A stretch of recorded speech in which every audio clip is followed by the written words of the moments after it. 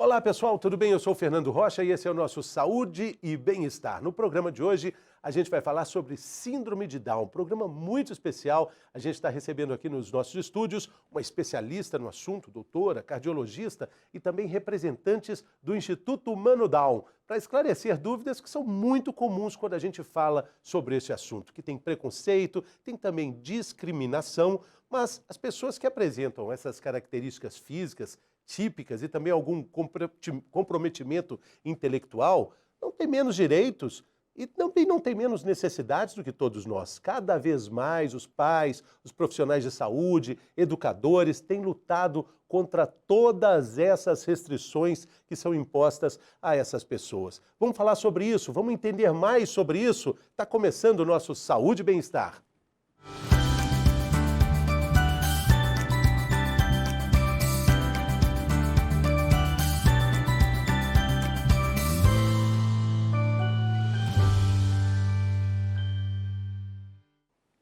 Muito bem, não existe ainda no Brasil uma estatística muito específica sobre o número de brasileiros com síndrome de Down, mas algumas estimativas apontam aí números que chegam em torno de 270 mil pessoas.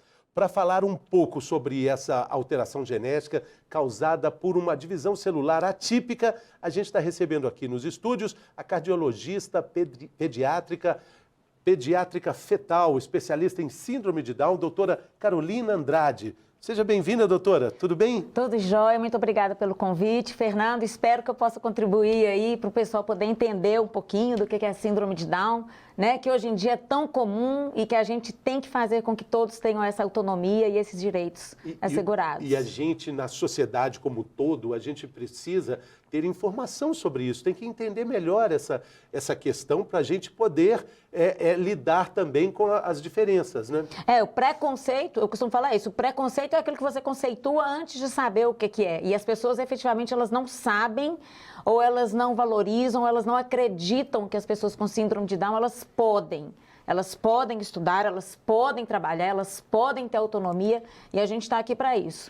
É muito comum as pessoas que trabalham com esse universo maravilhoso, de uma gratidão fantástica, de uma energia fantástica também, é muito comum o entusiasmo que contagia quem trabalha com todas essas pessoas, né? E com você não é diferente, né, doutora? Eu estou vendo aí desde que você chegou, eu sua alegria. Quem me conhece sabe, eu comecei a trabalhar com síndrome de Down em 2006, quando eu terminei a cardiologia fetal. Aí, desde então, eu apaixonei, dou aula no Brasil todo, a gente faz palestra, a gente está sempre junto, né? Dudu, Léo, Mano, todas as instituições, é muito importante, a gente apaixona. A gente vai ter aqui no estúdio ainda os representantes do Instituto Mano Down, que tem um trabalho fantástico aqui em Belo Horizonte, de circular também de forma econômica todo um trabalho que é desenvolvido pelo Instituto e a gente vai saber mais sobre isso. Vamos ter até música, né? Vamos ter um músico de primeiríssima aqui, primeiríssima qualidade. Agora, doutora, a senhora como cardiologista, quando a gente fala de síndrome de Down, a cardiologia tem uma atenção muito especial, né? Tem. Na verdade, estima-se que de 50% a 60% das pessoas com síndrome de Down podem ter algum tipo de cardiopatia congênita. Muitas dessas, elas acabam sendo cirúrgicas, ou seja, se a gente às vezes não diagnostica ainda na vida fetal ou no pós-natal imediato, pode ter sequela para o resto da vida, inclusive levar ao óbito. Então, acaba que a cardiologia fetal e pediátrica, ela está intrinsecamente ligada ao conhecimento da trissomia do 21, que é a síndrome de Down. Explica melhor para a gente, já que o intuito desse primeiro bloco é a base da informação, né? É uma disfunção que acontece ali na hora, antes até do nascimento. Né? Isso, na verdade, são embriões que vão tornar-se fetos e depois, né, recém-nascidos e adultos, que têm um cromossomo a mais 21. Tá? A gente tem pares cromossômicos e, especificamente, quem tem a síndrome de Down tem um cromossomo a mais nesse par 21, por isso que a gente chama trissomia 21. O que esse cromossomo a mais ele pode ocasionar? Diversas alterações clínicas e fenotípicas, ou seja, você tem alterações na face, no crânio, às vezes nos membros, no tórax e em órgãos, né? Um caso é a cardiopatia, você tem outras alterações em vias aéreas, alterações oculares e Isso são as fenotípicas e as clínicas, né? Algumas doenças que não necessariamente aquelas crianças nascem com elas, mas elas têm maior propensão de desenvolvê-las. Então, a gente faz uma busca ativa de tudo aquilo que a gente sabe que pode cursar com a síndrome de Down, para que a gente diagnostique antes mesmo que comece a se manifestar. E a gente muda completamente a vida e o prognóstico, né? A qualidade de vida dessas pessoas. Como era antes, e eu falo antes, não é há muito tempo atrás, antes porque essa evolução está cada vez mais eficiente e essa qualidade de vida oferecida por profissionais assim como a senhora é cada vez mais eficiente, né? Como é que a senhora avalia essa evolução que acontece nesses últimos anos, talvez até em menos de uma década? Na verdade, até a década de 80 era completamente desacreditado, né? A gente ouvia, inclusive, algumas coisas absurdas vindo de colegas. A partir dos anos 2000, a gente notou uma diferença muito grande nessa questão da assistência e da qualidade do trabalho com as pessoas com síndrome de Down, no quesito que, igual eu te falei, assim, a gente tem que acreditar que eles têm potencial e alcançar o potencial máximo deles. E eu diria que de 2005 para 2010 que foi o grande salto, que aí a gente começou mesmo a ter especialistas não só na parte de cardiologia, mas muita físio, fono, terapia ocupacional, a parte de nutrição, a parte de metabolismo. A gente começou a ver que muitas alterações neurocognitivas, sejam na primeira infância, ou seja, o Alzheimer precoce por estresse oxidativo, tinha muita relação com a alimentação, com exames que a gente tinha que fazer periodicamente e que não eram feitos. Então, eu posso te falar que dos últimos 15 anos para cá, foi assim foi um exponencial, assim, que teve de evolução do cuidado com esse pessoal. E até de qualidade de vida para todos eles também, né? Não, é o mais importante, porque o que a gente consegue tratar ou evitar desde o começo, a gente hoje eu tenho alguns pacientes que já são adultos, e esses que são adultos hoje, sem quaisquer déficits, né, assim, ou déficits muito leves, eles foram aqueles que a gente falava assim, deram sorte de não ter muita coisa. Hoje, a gente consegue fazer com que todos eles, com, sem ou apesar de qualquer característica que possa vir associada, possam ter essa qualidade de vida. E o que é legal é que o resultado disso tudo é uma inserção social cada vez mais ampla, cada vez mais significativa, né? Começando ali da questão de não existir ou não necessariamente ter que existir uma escola específica só para essa condição. Não, de jeito nenhum. Porque em um tempo atrás era... Era assim. Entendia-se dessa forma. A né? Inclusão é exatamente o contrário. Eu tenho vários pacientes que estudam, quase todos, que estudam escolas com todas as crianças, com todo tipo, crianças neurotípicas, crianças com autismo. Então, assim, não pode ter essa distinção. Primeiro, porque aquelas crianças ditas neurotípicas ou crianças sem comorbidades, elas têm que saber lidar com a diferença. E para a própria criança que tem algum déficit, seja ele qual for, ela tem que estar inserida naquela sociedade. É aquela sociedade que ela vai estudar, é aquela sociedade que ela vai trabalhar, é aquela sociedade que ela vai casar. Então, ela tem que saber lidar. É fácil, Fernando? Não é. Eu te falo que não é fácil. Muita escola tenta cercear esse direito? Tenta. Muito local, a gente tem que fazer vários e vários papéis para poder tentar autorizar perante a justiça. A criança, a família sofre, mas o que a gente tem conquistado até o momento é muito, muito importante. E como é a evolução desse tratamento a partir do diagnóstico? Em que momento ele é feito e como é que o processo começa a partir desse diagnóstico? O ideal é que a gente faça esse diagnóstico ainda na vida intrauterina. Entre 12, mais ou menos, por volta de 12 semanas de idade gestacional, tem a translucência nucal, tem o exame morfológico, tem o ecocardiograma, que já pode detectar algumas características que a gente pode falar para a mãe que tem a suspeição da síndrome, e aí o casal opta por fazer ou não o diagnóstico de cariótipo na vida fetal. Particularmente falando, eu acho que quando a gente faz o diagnóstico ainda na vida fetal, é muito mais fácil da gente lidar no nascimento. Mas não é o que acontece. A grande maioria até hoje melhorou muito, mas ainda tem muito que melhorar. Mas a grande maioria até hoje ainda recebe o diagnóstico na hora do parto. E aí é aquela confusão, a família é pega despreparada, o profissional que tem que falar para a família tem que ser um profissional que seja próximo àquela família, porque dependendo de como aquele diagnóstico é dado, você tem, já não é fácil receber esse diagnóstico e aí você desestrutura completamente aquilo que a gente tem como noção de lar para receber aquela criança de forma adequada.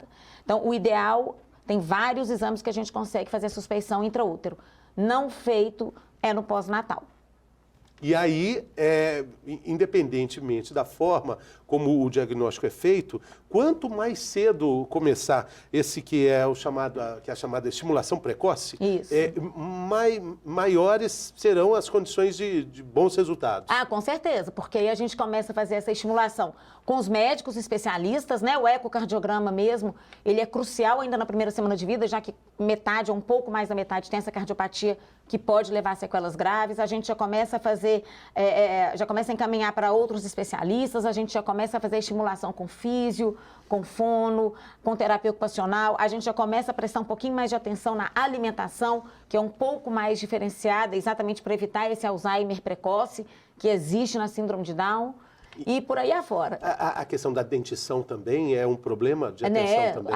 O acompanhamento odontológico ele é fundamental, porque eles têm alterações crâniofaciais que dificultam a respiração, eles têm o que a gente chama de anodontia, eventualmente não nasce algum dente, ou esses dentes eles atrapalham na respiração. Então, outra especialidade também que tem que ser feita de forma precoce e bem rigorosa é a odontologia, sim. O que já se sabe sobre essa alteração dos cromossomos?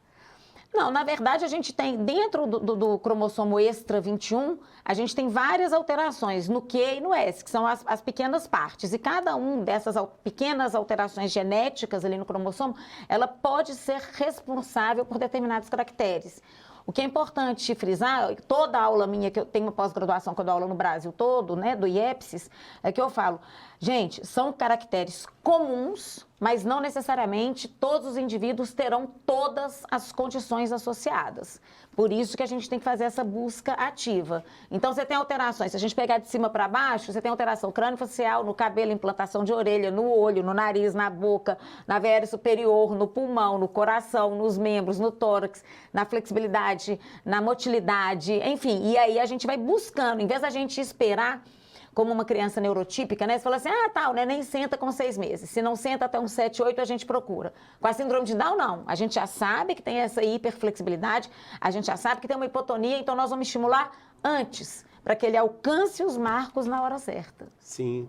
Agora, o que acontece também de retorno de pais e de profissionais da área de saúde que estão nessa linha de frente de cuidado, a gratidão de todos eles demonstra que tem algo de muito especial na lida de todo dia com essas pessoas, né? Quem mexe sabe o tanto que é apaixonante, assim. Eu tenho relatos, a gente recebe oração todo dia, a gente recebe carinho todo dia, é uma energia muito positiva, eu acho muito gratificante, às vezes aquela família que eu pego ainda intraútero, você faz o diagnóstico, né? Um caso mesmo é a própria Ângela, e aquela confusão, e hoje você vê aquela família estimulando e ajudando as outras famílias que estão chegando. Então, assim, torna-se realmente uma família grande, de só vibração positiva, de querer o bem e de querer ajudar. Quando a gente fala de síndrome de Down e fala sobre rede de apoio, aí existe um material humano muito forte, né? Muito forte. É isso que eu te falei. Quem já foi ajudado e hoje vê o milagre, eles fazem questão de querer o bem do próximo, sabe? Querer o bem sem desejar quem, sem querer mais nada. Então, é muito, muito, muito bom. Essa alteração genética que a gente está falando sobre ela também pode determinar níveis diferentes de síndrome de Down? Existem graduações ou é algo que é fechado ali num pacote? Não existe. Um dos maiores erros, né, seja inclusive no meio médico ou de saúde, até dos leigos, é que eles falam, ele tem síndrome grau leve. Então, uma coisa que eu deixo bem clara é que não existe grau na síndrome de Down. Existem afecções clínicas e afecções anatômicas. Cada um, aí eu brinco, a gente vai marcando o X, essa tem, essa não tem, essa tem, essa não tem, e você tem graus dessas afecções. Por exemplo, eu tenho pacientes com cardiopatias cujo grau é gravíssimo. Entretanto, a questão cognitiva e de aprendizado é maravilhoso.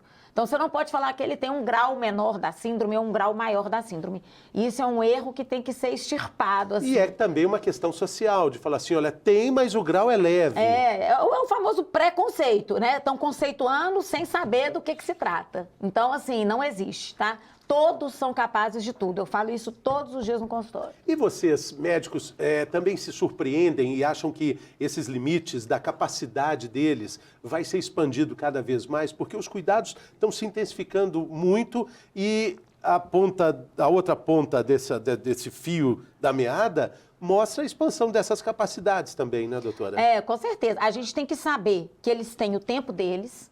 Eu acho que o mais importante quando a gente lida com a síndrome de Down é a gente saber que a gente tem que respeitar o tempo desse paciente. Então, não necessariamente a gente tem aquele imaginário, porque o meu filho vai fazer isso com tantos meses, isso com tantos meses. Isso tem que mudar. Tem que mudar. Você aprende a respeitar que são pessoas, que essas pessoas têm as suas determinadas dificuldades momentâneas, que elas serão capazes de alcançar, mas a gente tem que respeitar o tempo deles. E esse tempo, ele vai se desenvolvendo... Vai variando de acordo... Com muita particularidade. Exatamente. Né? Hoje a gente vai ter um músico aqui no segundo bloco, né? Toca um instrumento fantástico, é considerado um dos mais importantes músicos. Ele faz sucesso no mundo inteiro. No mundo inteiro. Então, essas capacidades surpreendem. Assim, nós temos também... Tem um campeão de judô, né? Que é o Breno, né? Tem de natação. Que fez aquele filme Os Colegas, né? Que é fantástico, que mostra uma turma de meninos assim, completamente inseridos assim num contexto muito legal. Um chefe de cozinha, a gente tem... A mais nova modelo da Victoria's Secret tem síndrome de Down. Então você vê que assim, é para o mundo inteiro, né? E os cuidados de saúde, principalmente, como a senhora falou, das cardiopatias, eles têm uma atenção grande aí quando a gente está falando de estimulação precoce. Mas na vida de todo dia, avançando na idade adulta, existe também uma preocupação maior quando a idade vai chegando? Idade vai chegando, eu digo assim, o tempo vai passando. Sim, a gente tem essa preocupação. Inclusive, como eu estou pela Sociedade Brasileira de Cardiologia, o nosso primeiro simpósio foi sobre isso, né? Do feto ao adulto com trissomia 21. Então, a gente tem o que a gente considera das cardiopatias congênitas, as que eles nascem com, e tratamos. E aí acaba que por outros fatores as famílias vão estimulando outras coisas. E eles podem desenvolver o que a gente fala, as cardiopatias ou alterações cardiovasculares adquiridas, que seria o coração começa a ficar mais inchado, a pressão do pulmão começa a aumentar, você começa a ter algum problema de hipotensão postural. Então, assim, é um acompanhamento que nunca pode ser parado. A gente pode espaçar, a gente pode dar um tempo de acordo, mas ele tem que ser um acompanhamento contínuo até o resto da vida. E com relação à independência deles, isso também, esses limites estão se ampliando? Estão, com certeza. Nossa, hoje em dia a gente vê, igual eu te falei, eu tenho aluno, perdão. É o vício de falar aluno de faculdade. Mas eu tenho paciente que estuda em colégio normal, paciente que está fazendo faculdade, paciente que está casando, que é capaz de viver a sua própria vida. Eu falo muito em muita palestra que toda mãe, quando nasce um filho, ela perde o direito de morrer até esse filho tornar-se adulto, né? A gente tem esse sentimento, eu sou mãe também de 2 adolescentes. Mas aquela mãe com filho de síndrome de Down, ela tinha medo de morrer para sempre. E hoje, eu brinco com elas, pode morrer tranquila que ele vai dar conta.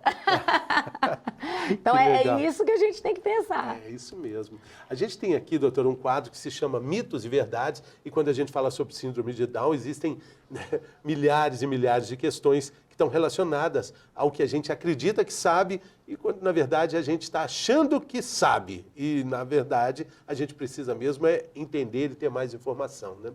Preparada para o quadro?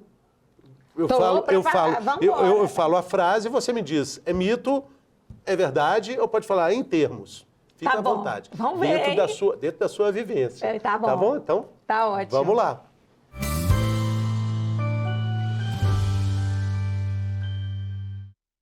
Estamos falando sobre síndrome de Down, estamos falando com a doutora Carolina Andrade, que é cardiologista pediátrica fetal, especialista em síndrome de Down. E aí a gente tem essas questões, são 10 questões e vamos a elas. A primeira frase é essa: síndrome de Down tem cura? Mito ou verdade? Mito. Ela não tem cura, mas a gente consegue fazer com que a pessoa com síndrome de Down desenvolva as suas capacidades máximas. É uma síndrome genética. A pessoa nasce com e morre com um cromossomo a mais. E ela tem toda a condição de tratar, de acompanhamento, Sim, aí de é outra inserção coisa. social. Aí é outra coisa. Você não cura, mas você lida com ela e você... É aquilo que a gente fala. A gente chega a potencializar ao máximo toda e qualquer capacidade que aquele indivíduo pode ter. A outra questão é essa. As pessoas com síndrome de Down devem frequentar uma escola especial. Mito ou verdade? Mito. Acho que eu vou falar mito em tudo. As crianças com síndrome de Down, as pessoas com síndrome de Down devem frequentar absolutamente qualquer escola, como qualquer criança, como qualquer adolescente, como qualquer adulto que queira estudar. O que nós temos são locais de apoio, redes de apoio, institutos, que fazem o contraturno, né? Que eles fazem exatamente. Pega aquelas crianças com síndrome, aí faz a físio, a fono, a TO especializada, ajuda no dever de casa. É o caso do trabalho fantástico das APAES, né? Das APAES, do Instituto Mano Down, da Rede Brasil, enfim. Nós temos várias instituições para fazer esse papel de apoio, né? Aí sim, mas não o papel da escola. A escola é a mesma para todos. A outra questão é essa: todas as pessoas com síndrome de Down são iguais. Mito ou verdade? Mito. Não, ninguém é igual no mundo, né? Ninguém é igual no mundo, eles não são iguais, eles não vêm de famílias iguais, eles têm apenas um cromossomo a mais. Então, como nós temos 46, eles têm 47, nós somos absolutamente diferentes. Então, eles são diferentes, requerem cuidados diferentes, atenções diferentes, são indivíduos. E cada um, assim como nós, né? Somos completamente diferentes uns dos outros, né? Até um irmão é diferente do outro, um irmão gêmeo é diferente. Um irmão gêmeo é diferente. E com a síndrome de Down acontece a mesma coisa. Exatamente. Essa outra questão aqui, doutora: pessoas com síndrome de Down são mais agressivas. Mito ou verdade? Mito. Não são mais agressivas. É claro que a gente tem um percentual muito maior de autismo na síndrome de Down, tá? Então, é uma coisa que tem que ser frisada. Então, a gente tem um transtorno do espectro autista na população geral infinitamente menor do que na síndrome de Down. E quando a gente não consegue ou diagnosticar, ou lidar, ou fazer uma terapia específica para isso, acaba que aquela criança torna-se agressiva exatamente porque a gente não consegue compreender o que está acontecendo. Mas, assim, a minha vivência com síndrome de Down, que são quase 20 anos, são dóceis, são carinhosos, são amorosos. Alguns não são fáceis, fato. Alguns têm um transtorno do espectro autista e a gente tem que dar medicação, tem que fazer controle com o especialista, mas, de forma geral, a gente não pode deixar como taxativo que eles são agressivos de forma alguma. O diagnóstico, a gente vai fazer um programa sobre autismo, e principalmente diagnóstico tardio de autismo em adultos. Está aumentando o número desse diagnóstico no Brasil e no mundo, em alguns países desenvolvidos também, isso é muito evidente. E aí, quando acontece com quem tem a síndrome de Down, existe uma dificuldade também desse diagnóstico nesse caso? Existe, e eu posso te falar que é até maior, porque, como eu te disse, né, no começo, até 15, 20 anos atrás, falou assim: ele tem síndrome de Down, por isso que ele é assim. Ele tem síndrome de Down, por isso que ele dorme mal. Ele tem síndrome de Down, por isso que ele é mais agressivo. E, na verdade, tudo aquilo que a gente colocava como culpa no cromossomo a mais, na verdade, ele pode ter uma outra síndrome associada que a gente tem que tratar diferenciadamente. Então, eu faço alguns diagnósticos de autismo e síndrome de Down em primeira consulta de crianças de 5, 6 anos que não tinham esse diagnóstico. Eu falei assim: não, ele tem, nós vamos manter as mesmas terapias, mas nós vamos focar de outra forma. Sim. É mais difícil. Ainda existem muitas perguntas. Existem mais perguntas que respostas em várias frentes de trabalho quando a gente fala de síndrome de Down, né?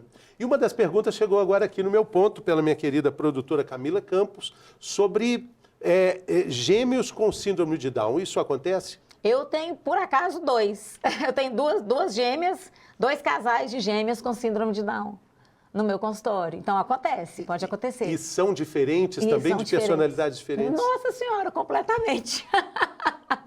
Tem uma que é uma boazinha, a outra quebra o consultório levada numa quantidade. Vamos lá, mais uma questão aqui. Existe uma idade adequada para uma criança com síndrome de Down entrar na escola? Mito ou verdade? Mito, também não tem, né? Na verdade, é como qualquer criança. Tem famílias que conseguem ter uma rede de apoio, que tem uma condição econômica que permita com que a mãe não trabalhe, que possa fazer toda essa estimulação precoce sem precisar da escola como apoio. né? Então faz a físio, a fono, a TO, estimula, vai na pracinha e faz os deveres, as atividades manuais com aquela criança. Então é uma criança que aí poderia entrar na escola aí com seus 2, 3 anos para terminar sua socialização. Outras famílias não têm essa condição.